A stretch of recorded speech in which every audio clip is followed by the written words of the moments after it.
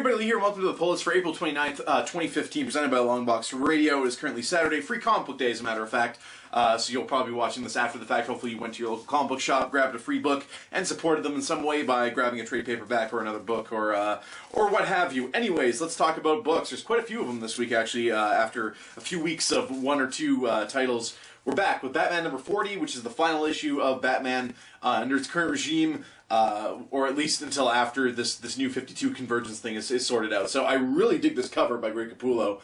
Super cool rendering of Batman versus the Joker there. As far as the contents of the book, it's okay. It wrapped up more or less the way you'd expect it to. There was a bait and switch dressing Dick Grayson up as Batman, so Batman can get into the tunnels and blah, blah, follow the Joker's plan, which led to a crazy Mortal Kombat match between the two of them when they were both broken and destroyed at the end of the fight and whatnot. There's a lot said between Joker and Batman in this book that I'm not a huge fan of. You know, Scott Snyder, for as good as he is, and the ups and downs of this particular book, kind of double, triple dipping on the Joker and fleshing out their story in ways that I don't think that needed to be said. I didn't like it, I guess, is that what it comes down to. I didn't like anything to do with the Joker in these books, aside from that first story where it's like when they found the card in the Batcave and all that kind of stuff. Those were all cool ideas, but they went, I think he just went too far with it and dug a little too deep, where it flew too close to the sun in the relationship of Batman and the Joker. But that's just my opinion. I know, you know, I can also see, you know, people make great arguments for why this was one of the greatest Batman Joker stories ever, but I would feel they're wrong. Convergence number 4. This is number 4 of 8. So we're going to get into the Marvel, Secret Wars, Avengers, and New Avengers kind of wrapped up this last week, and I'll explain why that is superior to this in most every way, namely that has been a slow burn for the last, like, year and a half, whereas Convergence just kind of showed up. It was just like, you know what, let's do this, and suddenly it's on. Personally, me, for DC Universe's events that has anything to do with the multiverse or alternate Earths and stuff like that, and how it's handled, I've just never liked it. That goes all the way back to, like, your Infinite Crisis and stuff like that. Like, some of them are better than others, obviously. And while I do like alternate universe stuff, I more like it when it's one universe that they flesh out and we get to see a little bit more of. When you're just throwing different renditions of Superman and Batman and all this stuff at us, and you know, introducing a character like Telos, which is just like this all-powerful thing that's like, this is how it's going to be, you're all going to fight to the death, and it's going to be cool, and I'm going to be your god, and you're going to have your own world and all that stuff. I don't like it. And that's no difference here. There's something in the last couple pages of this book that I meant to talk about that I can't remember what it was, so I'm going to, in real time, flip to the back of this book again. Yeah, so we have our main team we've been following through Convergence, taking center stage as the main characters of this. What do we have? We had Deimos, who is... What was happening there? Yeah, whatever. I can't remember if it was even important. Yeah, so we'll see that's what it was.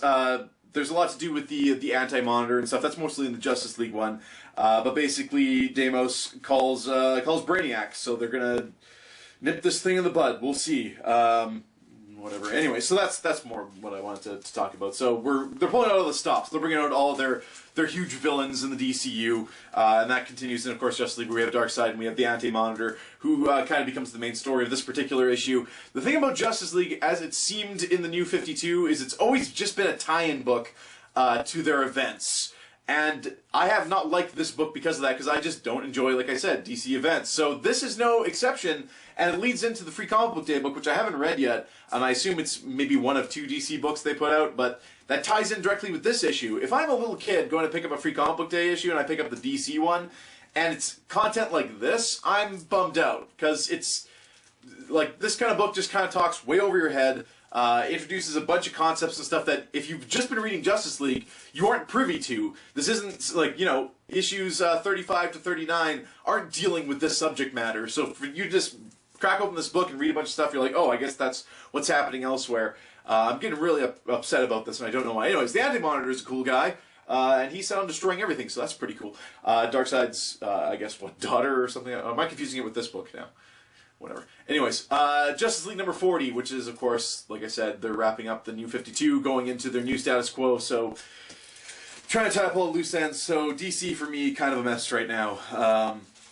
Yeah. comment below and try to make this make more sense and why it's a good idea to have an event start that quickly. And why they couldn't have just maybe slow-rolled it over the summer into something in the fall, like they did with the New 52, and like do a Flashpoint kind of universe rather than this Convergence thing. Like, if you're trying to combine, let's focus just on Earth 1. Let's focus on what the New 52 did to Earth 1. Let's fix that status quo. Let's not worry about the multiverse. I know there's that multiversity book out there that might help explain some of what I'm complaining about. But I'm not going to read a supplemental book for $4 a month or a week or whatever it is now to get a better grip on something I don't care about. In my personal opinion, it should have just been focusing on something a little smaller, fix your main universe moving forward, because whatever. Anyways, IDW Judge Dredd. We have Cassie, who's in the mind-body of Chief Justice Cal. She's taken over that body as long as they can get Mega City 1 up and running and back again to the status quo. Word of the term of the week. And they're not having a great job of it. They're doing pretty bad. Judge Dredd, we have the God robots showing up, trying to. It's bad times in Mega City 1. Let's just put it that way. But still loving this book. If you like Judge Dredd, start from the beginning. I think this is issue 29. Grab some trade paperbacks. It's been a real good one. Avengers. We have issue 44. Jonathan Hickman's Avengers. This one more deals with Tony and Steve Rogers. It kind of comes full circle with the first issue of Avengers, where Tony's just like, "Listen, we gotta get bigger for this and that." And over the course of that book, we've realized that Tony had more sinister plans for what was going on. So we got Captain America in what is basically a Captain America Iron Man suit, not to be confused with like the Iron Patriot suit, fighting Tony. They're just in a all-out war. Meanwhile, the final incursion's coming. It's impending in this. I think it's this book. T'Challa goes to the president, and he's just like, yeah, so we're all gonna die. We're gonna get a ship full of some bright scientists, and they're gonna restart the human race. So there you go. The president's like, well, what can we do? And he's like, nothing. Super cool. That just this slow burn that Jonathan Hickman's been going. We'll talk more about it when we get to New Avengers, which really tied a whole lot of stuff together. That there is nothing they can do. Through the course of the book, there's been highs and lows. They've tried this. Villains have emerged. Heroes have emerged. But at the end of the day, they're all going to die. And that's going to be super cool when the Secret Wars kicks off. Daredevil, speaking of a guy having bad times like Judge Dredd, Daredevil right now, the Shroud, in collaboration sort of, with Owsley, has basically aired all of his dirty laundry, all of the confidential things his clients have told him over the years, the fake death of Foggy Nelson.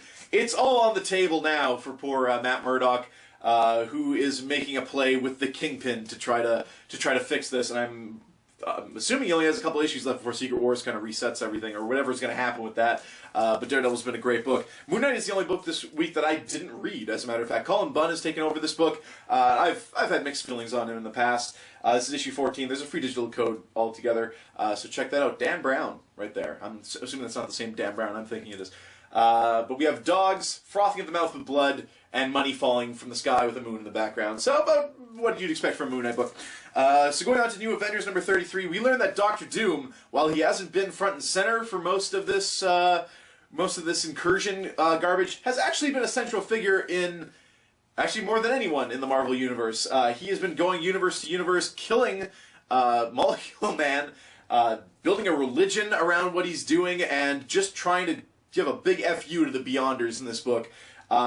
Amazing, amazing issue. If you've been reading New Avengers and Avengers up to this point, this issue right here is just like, yeah! As far as I can describe it, there's a cool yeah moment at the end of this book with Doctor Doom. If you're a Doctor Doom fan, as I like to consider myself, I have the... There he is. Right there. There's Doctor Doom. He's got his leg up because he's on a throne, and it's impossible to make this figure sit, so that's just how he is. Doctor Doom's a badass, and I'm curious to see how he ties into the Secret Wars, if at all, as him, Molecule Man, Doctor Strange were standing there when they basically took all the universes down to 2 as a big FU to the Beyonders. So we'll see what happens. But excellent, excellent book. New Avengers has been great. Jonathan Hickman deserves all the accolades coming towards him for what he's managed to do in this book. He has been instrumental in just thinking back on that book and all the highs and lows, from Namor forming the Cabal to the Illuminati wiping Captain America's mind, to Captain America remembering what they did and, kind of blowing the whole thing wide open. Fantastic, fantastic stuff, and I honestly believe DC needs to take a page out of their book as far as that is concerned.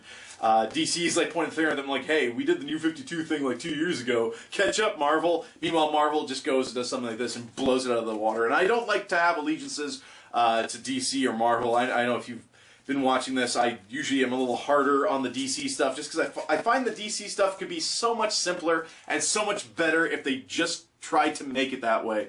It just seems like, you know, you'll read a book for a little while, and then as soon as an event happens, the event is so big and introduces so many new concepts, and anything to do with the multiple Earths in the DC universe just doesn't work for me. I don't like it. Anyway, that's my opinion on that. If you have any feelings on Convergence or the impending Secret Wars, please let me know below in the comments. There are some free digital codes here for you. We have Avengers number 44, Daredevil, Moon Knight, and New Avengers all have free digital codes, so please check those out. Happy reading, and we'll talk to you again next week.